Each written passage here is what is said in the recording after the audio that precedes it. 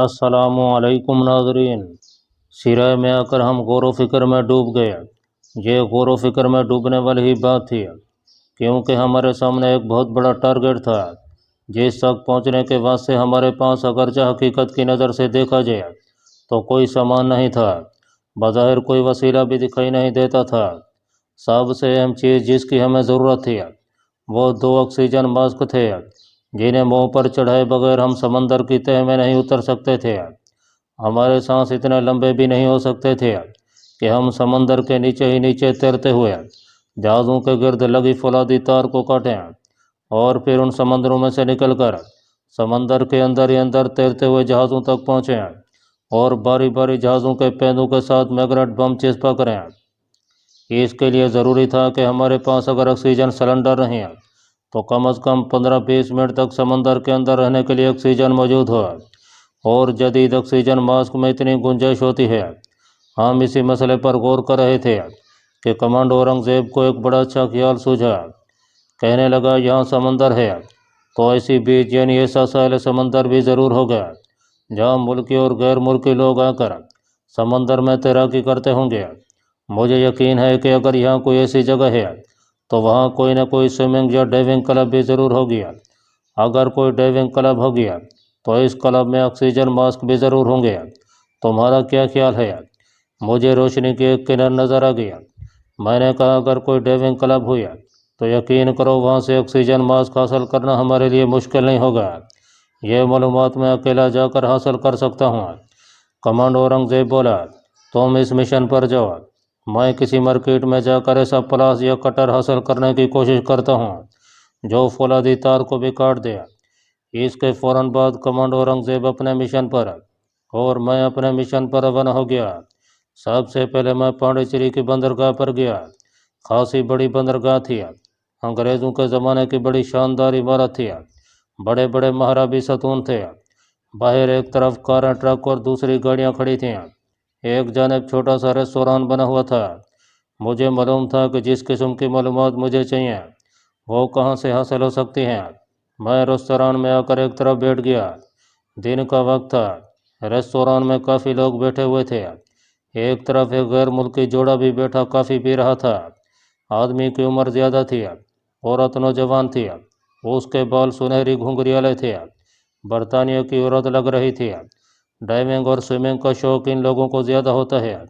चुनाचे ये लोग जिस मुल्क के सहले समंदर की सैर को जाते हैं तो इस किस्म की स्विमिंग क्लबों या डाइविंग क्लबों के बारे में ज़रूर पूछते हैं।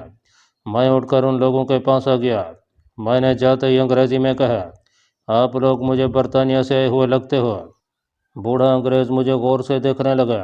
लड़की मुस्करा रही थी। लड़की ने मुस्कुराते हुए कहा, हाँ, हम यॉर्कशायर के रहने वाले हैं, इंडिया की सियाहत को आए हैं। मैं उनसे इजाज़त लेकर उनके पास कुर्सी पर बैठ गया और इंडिया के मशरक़ी घाट के समंदर और समुद्री तूफ़ानों का जिक्र छेड़ दिया। बूढ़े अंग्रेज़ ने पूछा, क्या तुम गाइड हो? मैंने हंसकर कहा, नहीं जनाब, मैं भी आपका तरह का एक सियाह हूँ, इंडिया का रहने वाला हूँ, मगर शुमार में हिमालय के दामन में रहता हूँ। पहली बार पांडिचेरी की सियाहत करने आया हूँ। मुसीबत यह है कि मुझे स्विमिंग और ख़ास तौर पर समंदर में गोताखोरी का बड़ा शौक़ है, लेकिन यहाँ मुझे कोई गाइड नहीं कर रहा कि मैं अपना गोताखोरी का शौक़ कैसे और कहाँ पूरा कर सकता हूँ। बूढ़ा अंग्रेज़ हंसने और जेब से पाइप निकाल कर सुलगाने लगा। साथ ही अंग्रेज़ लड़की की तरफ देखकर बोला, अलिज़ाबेथ, तुम इस मकामी सियाह को समझाओ। अंग्रेज़ लड़की का नाम अलिज़ाबेथ था। उसने मुस्कुराते हुए कहा, मुझे खुद गोताखोरी का शौक़ है, बल्कि मैं तो कल सारा दिन समंदर में डाइविंग करती रही हूँ। मुझे गोहर मुराद मिल गया था। मैंने बड़ी मिन्नत करने के अंदाज में लड़की से कहा, प्लीज़ मुझे बताओ कि यहाँ ऐसी कौन सी क्लब है जहाँ मैं अपना गोताखोरी का शौक़ पूरा कर सकता हूँ। मैं इसकी खातिर 100 रुपये तक फ़ीस भी अदा करूँगा। वह अंग्रेज़ बाप बेटी बड़े अच्छे लोग थे और फिर सियाह थे, और सियाह आमतौर पर अपने मुल्क से बाहर जाने के बाद बड़े खुश अखलाक हो जाते हैं। बूढ़ा अंग्रेज़ पाइप का धुआं छोड़ते हुए बोला, नो नो यंग मैन, तुम्हें फ़ीस देने की कोई ज़रूरत नहीं। हमने पांडिचेरी डाइविंग क्लब की 1 माह की मेंबरशिप ले रखी है और हमें इख्तियार है कि हम अपने एक मेहमान को गोताखोरी के लिए साथ ले जा सकते हैं। तुम कहाँ रहते हो? मैंने यूं ही एक होटल का नाम ले दिया। बूढ़ा अंग्रेज़ बोला, ओके, अभी हमें पांडिचेरी का कला देखने जाना है। तुम ऐसा करो कि अब दिन के 10 बजे हैं, तुम ठीक 1 बजे यहाँ इसी रेस्तोरां में आ जाना। हम तुम्हें अपने साथ डाइविंग क्लब में ले चले गए, तुम अपना शौक पूरा कर लेना। मुझे ये पूछने की ज़रूरत नहीं थी कि इन लोगों के पास ऑक्सीजन मास्क है या नहीं, क्योंकि ऑक्सीजन मास्क के बगैर डाइविंग या गोताखोरी का तस्वुर भी नहीं किया जा सकता। मैंने उठकर उनसे हाथ मिलाया और ठीक 1 बजे वहाँ आने का कहकर चलाया। सिराय में पहुंचा तो कमांडो औरंगजेब पहले से मौजूद था।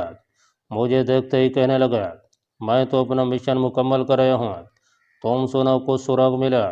मैंने उसे सारी कहानी बयान कर दिया। वो कहने लगा, ऑक्सीजन मास्क तो डाइविंग क्लब वालों के पास होंगे। मैंने कहा, बिल्कुल उनके पास होंगे, और वहाँ से उन्हें उड़ाकर लाना भी मेरा ही काम है। तुम बताओ इस लिफाफे में क्या है। औरंगजेब ने लिफाफे में से मुझे 2 पलास निकाल कर दिखाया। ये फौलाद के बड़े मजबूत पलास थे। वो बोला, मैंने इन्हें इस्तेमाल करके देख लिया है, ये फौलाद की मोटी से मोटी तार को काटने की सलाहियत रखते हैं। मैंने कहा, ठीक है, अब ऐसा है कि इनको चारपाई पर बिस्तर के नीचे रख दो। मैग्नेट बम और कमांडो चाकू हम अपने पास ही रखेंगे। इस शहर में हमें ऐसा कोई खतरा नहीं है कि पुलिस बाजार में रोक कर हमारी तलाशी ले। औरंगजेब ने दोनों पलास अपने बिस्तर के नीचे अच्छी तरह से छुपा दिए। जब 12:45 हुए तो मैंने औरंगजेब को सिराय में ही छोड़ा और ख़ुद बस में बैठकर बंदरगाह की तरफ चल दिया। ठीक 1 बजे मैं बंदरगाह वाले रेस्तोरां में था। कोई 10 मिनट बाद बूढ़ा अंग्रेज़ और उसकी बेटी एलिज़ाबेथ भी आ गई। मैंने वहीं थोड़ा बहुत खाना खाया। खाने का बिल आया तो मैंने बूढ़े अंग्रेज़ को अदा न करने दिया और ख़ुद अदा किया। वो मेरी इस बात से बड़ा मुतासर हुआ। इन लोगों को मुतासर करना ही मेरा काम था। वो मुझे अपनी खटारा सी गाड़ी में डाइविंग क्लब ले गया, जो साहिल समंदर पर नारियल और ताड़ के ऊंचे ऊंचे दरख्तों के दरमियान एक लंबे केबन की तरह बनी हुई थी। ये एक रिटायर्ड मद्रासी नेवल ऑफिसर ने बनाई थी, जिसे डाइविंग का वसी तजर्बा था। बूढ़े अंग्रेज़ ने मेरा उसे अपने मेहमान की हैसियत से तारुफ कराया और कहा, ये हमारा दोस्त भी आज हमारे साथ गोताखोरी करेगा। डाइविंग क्लब के मद्रासी मालिक का नाम रामाकटी था। रामाकटी ने अपने सफ़ेद दांतों की नुमाइश करते हुए कहा, ज़रूर ज़रूर, ऑफ कोर्स, मैं बड़ा अच्छा तैराक और गोताखोर ज़रूर था, मगर मास्क लगाकर गोताखोरी कभी नहीं की थी। मैं इसके नशेब फराज से भी आगाह हो जाना चाहता था। हम तीनों ने डाइविंग सूट पहने और ऑक्सीजन मास्क लेकर एक कश्ती में बैठ गया। तैराकी तो समंदर के किनारे पर भी होती है, मगर गोताखोरी के लिए ज़रा खुले समंदर में जाना पड़ता है। कश्ती समंदर में जा रही थी और मैं ऑक्सीजन मास्क का मुआयना कर रहा था। मैं ये ज़ाहिर कर रहा था जैसे मुझे इसकी तकनीक का इल्म है। मैंने कहा, मैंने काठियावाड़ के साहिल पर भी बहुत गोताखोरी की है, मगर वहाँ जो क्लब थी उसके पास ज़रा मुख्तलिफ ऑक्सीजन मास्क थे। इस मास्क की ड्यूरेशन कितनी होगी? असल में मैं यही मालूम करना चाहता था जो मुझे मालूम नहीं था, कि इसे पहनकर आदमी समंदर के अंदर कितनी देर तक रह सकता है। बूढ़े अंग्रेज़ ने बताया कि इसकी ड्यूरेशन सिर्फ 15 मिनट है। उसकी बेटी एलिज़ाबेथ ने कहा, लेकिन उस क्लब में दूसरे किस्म के ऑक्सीजन मास्क भी हैं, उनकी ड्यूरेशन आध घंटा है।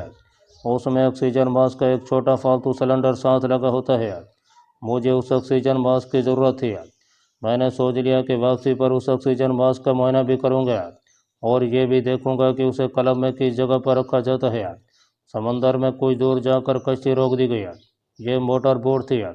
हमने ऑक्सीजन मास्क पहने, पाँव में मछली की दुम की तरह के फली पर भी चढ़ा लिया और मैं इस इंतज़ार में यूं ही अपने पाँव के फली पर को दुरुस्त करने लग गया कि ये लोग समंदर में कैसे उतरते हैं।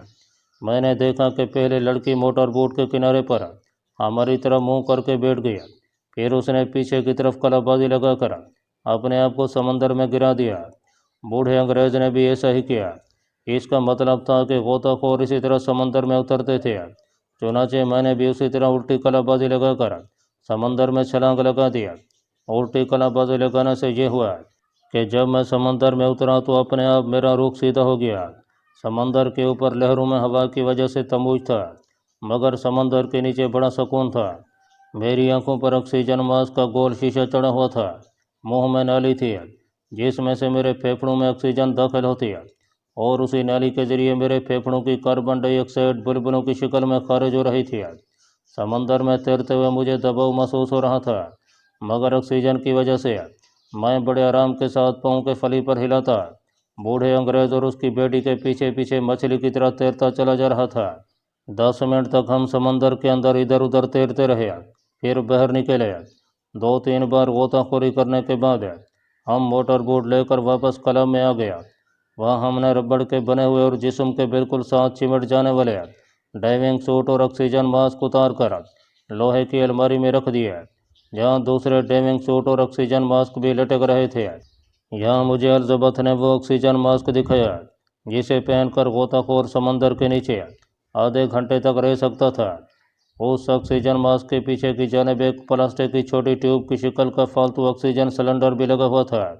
मैंने देखा कि इस किस्म के 7-8 ऑक्सीजन मास्क अलमारी के दूसरे खाने में लटके हुए थे। मैंने इस लोकेशन को जहन में बिठा लिया। हमने शावर में गुस्ल किया, अपने कपड़े पहने और साहिल समंदर पर एक किनोबी के नीचे बैठकर काफ़ी पीने लगे। मैंने वहीं मालूम कर लिया था कि क्लब शाम होते ही बंद कर दी जाती है। शाम का अंधेरा हो जाने के बाद वहाँ कोई तैराकी और समुद्री गोताखोरी नहीं होती। वहाँ कुछ देर बैठने के बाद मैंने कहा, अब मैं इजाज़त चाहूँगा, मुझे मार्केट में एक दोस्त से मिलने जाना है। बूढ़े अंग्रेज ने कहा, हम तुम्हें वहाँ ड्रॉप कर देंगे, हम भी अब जा रहे हैं। उन्होंने मुझे अपनी गाड़ी में बिठाया और मैं उन्हें उन सड़कों पर से गुजरता हुआ अपने सिराय वाले चौक में ले आया। ये रास्ता मैंने अपने जहन में पका लिया था, क्योंकि आधी रात के बाद मुझे कमांडो औरंगजेब को लेकर इसी रास्ते से डाइविंग क्लब की तरफ जाना था। मैं चौक में उतर गया। बूढ़े अंग्रेज ने कहा, यंग मैन, हम कल भी दोपहर के बाद क्लब आएंगे, अगर तुम भी आ जाओ तो हमें खुशी होगी। मैंने दोनों बाप बेटी से हाथ मिलाते हुए कहा, मैं पूरी कोशिश करूँगा। गाड़ी आगे निकल गई। मैं सिराय में आ गया। कमरे में औरंगजेब मौजूद था। मैंने उसे सारे वाक़यात सुने और कहा, मैं आज रात क्लब का ताला तोड़कर ऑक्सीजन मास्क और डाइविंग सूट उड़ा लाने होंगे। वो कहने लगा, तुमने रास्ता देख लिया है? मैंने कहा, रास्ता भी याद कर लिया है और क्लब की लोकेशन भी देख ली है। हम शाम तक अपने कमरे में ही रहे। रात को थोड़ा सा खाना खाया, मैग्नेट बम अपने पास ही रखे, कमांडो चाकू निकाल कर चेक किए, अगरचे हमें किसी का खून नहीं करना था। वहाँ चौकीदार की मज़ामत की हमें पूरी तवक्को थी। ऐसी सूरत में हमें चौकीदार या वहाँ जो कोई गार्ड वगैरह भी थे, उन्हें कमांडो एक्शन के बाद सिर्फ इतनी ज़रब लगानी थी कि कुछ वक्त के लिए बेहोश हो जाएं। याद रखें, कमांडो कभी नाहक खून नहीं बहाता, वो सिर्फ अपने दुश्मन पर कारी वार करता है और एक कमांडो के वार से कोई जिंदा नहीं बच सकता। हमारे पास कमांडो का खास सियाह लिबास नहीं था, हमें उस लिबास की वहाँ ज़रूरत भी नहीं थी, बस सिर्फ हमें रात का गहरा अंधेरा हो जाने का इंतज़ार था। हम रात के ठीक 1 बजे सिराय से निकले। उस वक्त सब लोग सो रहे थे। वहाँ से साहिल समंदर वाली डाइविंग क्लब ज़्यादा दूर नहीं थी। रास्ता मुझे याद था। हम सड़क के किनारे किनारे जहाँ अंधेरा था चले जा रहे थे। सड़क खाली थी। किसी किसी वक्त कोई गाड़ी हम पर अपनी हेडलाइट्स की रोशनियाँ डालती गुजर जाती। यह समंदर के करीब का इलाका था और गुंजान नहीं था। 2-3 सड़कों पर से गुजरने के बाद हम उस बड़ी सड़क पर आ गए जो सीधी साहिल समंदर को जाती थी। वहीं क्लब का केबिन भी था। मैंने दिन के वक्त सारा महल को देख रखा था। हमें वहां तक पहुंचने में कोई आधा घंटा लगा। सीधे रास्ते की तरफ जाने की बजाय मैं औरंगजेब को लेकर ऊपर की तरफ वाले दरख्तों के झुंड की तरफ से होता हुआ डाइविंग क्लब के अकब में आ गया। यहाँ आकर हम अंधेरे में एक जगह बैठ गए। क्लब का केबिन हमसे कोई 200 गज दूर होगा। क्लब की एक भी दीवार पर बिजली का बल्ब जल रहा था। हर तरफ गहरी खामोशी थी। इर्द गिर्द भी अंधेरा था। समंदर की जानिब से हवा चल रही थी और किसी किसी वक्त समंदर की उन लहरों की हल्की हल्की आवाज़ आ जाती थी जो साहिल समंदर पर आकर वापस पलट जाती थी। औरंगजेब ने पूछा, क्लब का कोई बैक डोर भी है? मैंने ऐसा से कहा, नहीं, उसका एक ही दरवाज़ा है, हमें उस दरवाजे से अंदर दाखिल होना होगा। मेरे पीछे पीछे चले और मैं आगे आगे चल पड़ा। क्लब का केबिन जब हमसे कोई 20-25 गज दूर रह गया तो मैं रुक गया। यहाँ लोहे का एक बड़ा ट्रैश कैन पड़ा था। हम उसके पीछे छुप कर बैठ गए। मैंने कहा, अगर यहाँ कोई चौकीदार हुआ तो वो दूसरी तरफ दरवाजे के बाहर कहीं बैठा होगा। कमांडो औरंगजेब ने कहा, मैं जाकर मालूम करता हूँ। मैंने उसे रोकते हुए कहा, नहीं, तुम यहीं बैठो, मैं जाता हूँ। मैंने क्लब का दरवाज़ा देखा हुआ है और रास्ता साफ हुआ तो मैं तुम्हें कोयल की हल्की आवाज़ में सिग्नल दूंगा। اور اس کے ساتھ ہی میں اٹھا اور ٹریش کین کے پیچھے سے نکل کر جھک کر کلب کی عمارت کی بائیں جانب چلنے لگا۔ زمین پر گھاس بھی تھی اور سنگریزے بھی بکھرے ہوئے تھے۔ ان سنگریزوں پر چلنے سے آواز پیدا ہو رہی تھی جس کو دبانے کی میں ہر ممکن کوشش کر رہا تھا۔ میں کلب کی دیوار کے پاس جا کر اس کے ساتھ سیدھا ہو کر لگ گیا۔ یہاں اندھیرا تھا۔ میں دبے پاؤں دیوار کے ساتھ لگ کر آگے بڑھنے لگا۔ دیوار ختم ہوئی تو میں نے بڑی احتیاط کے ساتھ ذرا سا سر آگے نکال کر دیکھا۔ کلب کے دروازے کے آگے کوئی آدمی بینچ پر پہلو کے بل لیٹا ہوا تھا۔ وہ جس طرح بے حس و حرکت پڑا تھا، معلوم ہوتا تھا کہ وہ سو رہا ہے، مگر مجھے اسے ہر حالت میں بے ہوش کرنا تھا۔ میں نے ایک لمحے کے لیے تینوں جانب دیکھا۔ وہاں سناٹا اور اندھیرا تھا۔ کوئی آواز نہیں آ رہی تھی۔ کوئی دوسرا پہرے دار بھی نظر نہیں آ رہا تھا۔ میں نے کمانڈو چاقو نہیں نکالا تھا، اس کی ضرورت نہیں تھی۔ میرے بائیں بازو کے پٹھے ضرور پھڑکنے لگے تھے، اسی بازو سے میں نے سارا کام لینا تھا۔ میں پہلو والی دیوار سے نکل کر کلب کی سامنے والی دیوار کے ساتھ لگ کر آہستہ آہستہ آگے بڑھنے لگا۔ اب میں روشنی میں تھا۔ کلب کے دروازے کے اوپر جو بلب جل رہا تھا اس کی روشنی باقاعدہ مجھ پر پڑ رہی تھی، مگر اب میں اس روشنی سے بے نیاز تھا۔ اب میری نظریں اپنے ٹارگٹ پر تھیں۔ اس وقت میرا ٹارگٹ دروازے کے آگے بینچ پر سویا ہوا آدمی تھا۔ یہ آدمی یقیناً چوکیدار تھا، جس کو سمندر کی طرف سے آنے والی ٹھنڈی ہوا نے تھپک تھپک کر سلا دیا تھا۔ میں پاؤں سکیڑ کر چل رہا تھا۔ بڑی آہستگی کے ساتھ میں چوکیدار کے سر کی جانب آ گیا۔ اب مجھے زیادہ انتظار نہیں کرنا تھا۔ یہ دبلا پتلا سا کالا مدراسی چوکیدار تھا جو دنیا و معاشیہ سے بے خبر ہو کر سو رہا تھا۔ یہ میرے لیے بڑا ہی آسان شکار تھا۔ بس صرف اتنی احتیاط کی ضرورت تھی کہ اس کے حلق سے کوئی اونچی آواز نہ نکلے۔ چوکیدار کے سر کی طرف پہنچ کر میں نے زیادہ دیر نہ لگائی۔ یہ دیر لگانے کا موقع بھی نہیں تھا۔ میرا خیال ہے صرف 2 سیکنڈ لگے ہوں گے۔ کمزور سا مدراسی آدمی تھا۔ میں نے ایک ہی جنبش میں اپنا سیدھا ہاتھ اس کے منہ پر رکھ کر سر کو ذرا سا اٹھایا۔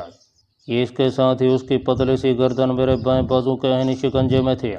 میں نے اسے جھٹکا بالکل نہیں دیا، اس طرح اس کی گردن ٹوٹ سکتی تھی اور میں اسے مارنا نہیں چاہتا تھا۔ بس اتنی دیر اسے بازو کے شکنجے میں رکھا جب تک کہ وہ بے ہوش نہ ہو گیا ہو۔ میں نے منہ سے کوئل کی ہلکی آواز نکالی۔ دوسرے لمحے کمانڈو اورنگزیب میرے پاس موجود تھا۔ ہم نے چوکیدار کی آدھی دھوتی پھاڑی، پھر اس کے 2 ٹکڑے کیے۔ ایک ٹکڑا اس کے منہ میں ٹھونس دیا اور دوسرے ٹکڑے سے اسے بینچ پر اس طرح جکڑ دیا کہ وہ ہوش میں آنے کے بعد نہ تو کوئی آواز نکال سکتا تھا اور نہ اٹھ کر بھاگ سکتا تھا۔ اس کام سے فارغ ہوتے ہی میں نے جیب سے لوہے کی ہک نکالی اور کلب کے دروازے کا تالا کھول ڈالا۔ ہم کمرے میں داخل ہو گئے، دروازہ بند کر دیا۔ اندر اندھیرا تھا۔ کمانڈو اورنگزیب نے ماچس جلائی۔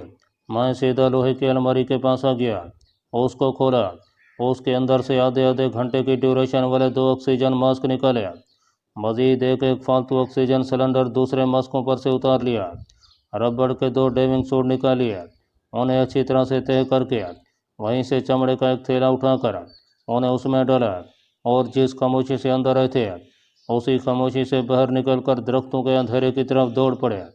سارا کام مختصر وقت میں کامیابی کے ساتھ ہو گیا تھا۔ ہم جس طرف سے آئے تھے اسی طرف سے واپس سرائی کی طرف روانہ ہو گیا۔ رات آدھی سے زیادہ گزر چکی تھی، سڑک خالی پڑی تھی۔ ہم درمیان میں 15-16 قدموں کا فاصلہ ڈال کر چل رہے تھے۔ میں آگے تھا، تھیلا کمانڈو اورنگزیب کے پاس تھا جو میرے پیچھے آ رہا تھا۔ جب ہم اس چوک میں آئے جہاں سے ہمیں سرائی والی گلی کی طرف مڑنا تھا تو سامنے سے ایک آدمی آتا دکھائی دیا۔ میں سگریٹ پیتا بڑے سکون کے ساتھ چلا جا رہا تھا۔ جب آدمی میرے قریب آیا تو میں نے دیکھا کہ وہ کوئی بھکاری ٹائپ کا آدمی تھا۔ اس نے تامل زبان میں ہاتھ جوڑ کر مجھے کچھ کہا، پھر اس نے ہاتھ منہ کے پاس لے جا کر ایسا اشارہ کیا جیسے سگریٹ پی رہا ہو۔ میں نے جیب سے سگریٹ نکال کر سلگایا اور اسے دے دیا۔ وہ سگریٹ لے کر بہت خوش ہوا اور سگریٹ کے کش لگاتا پیچھے نکل گیا جدھر سے کمانڈو اورنگزیب آ رہا تھا۔ میں نے رک کر پیچھے دیکھا۔ بھکاری نے کمانڈو اورنگزیب سے کوئی بات نہ کی اور اس کے قریب سے ہو کر گزر گیا۔ ہم سرائی میں آ گئے۔ ڈیوڑی کے تخت پر چوکیدار سو رہا تھا۔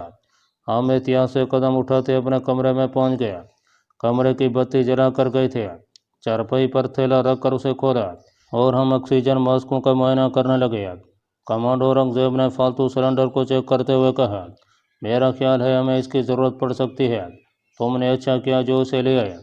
ہم نے ریہرسل کے گھر سے اسی وقت ربڑ کے ڈائیونگ سوٹ پہنے اور چہروں پر آکسیجن ماسک چڑھا کر دیکھے۔ سب کچھ مناسب اور ٹھیک تھا۔ ہم نے سوٹ اتار دیے، گیس ماسک بھی اتار دیے اور دونوں چیزیں چمڑے کے تھیلے میں سنبھال کر رکھ لیں۔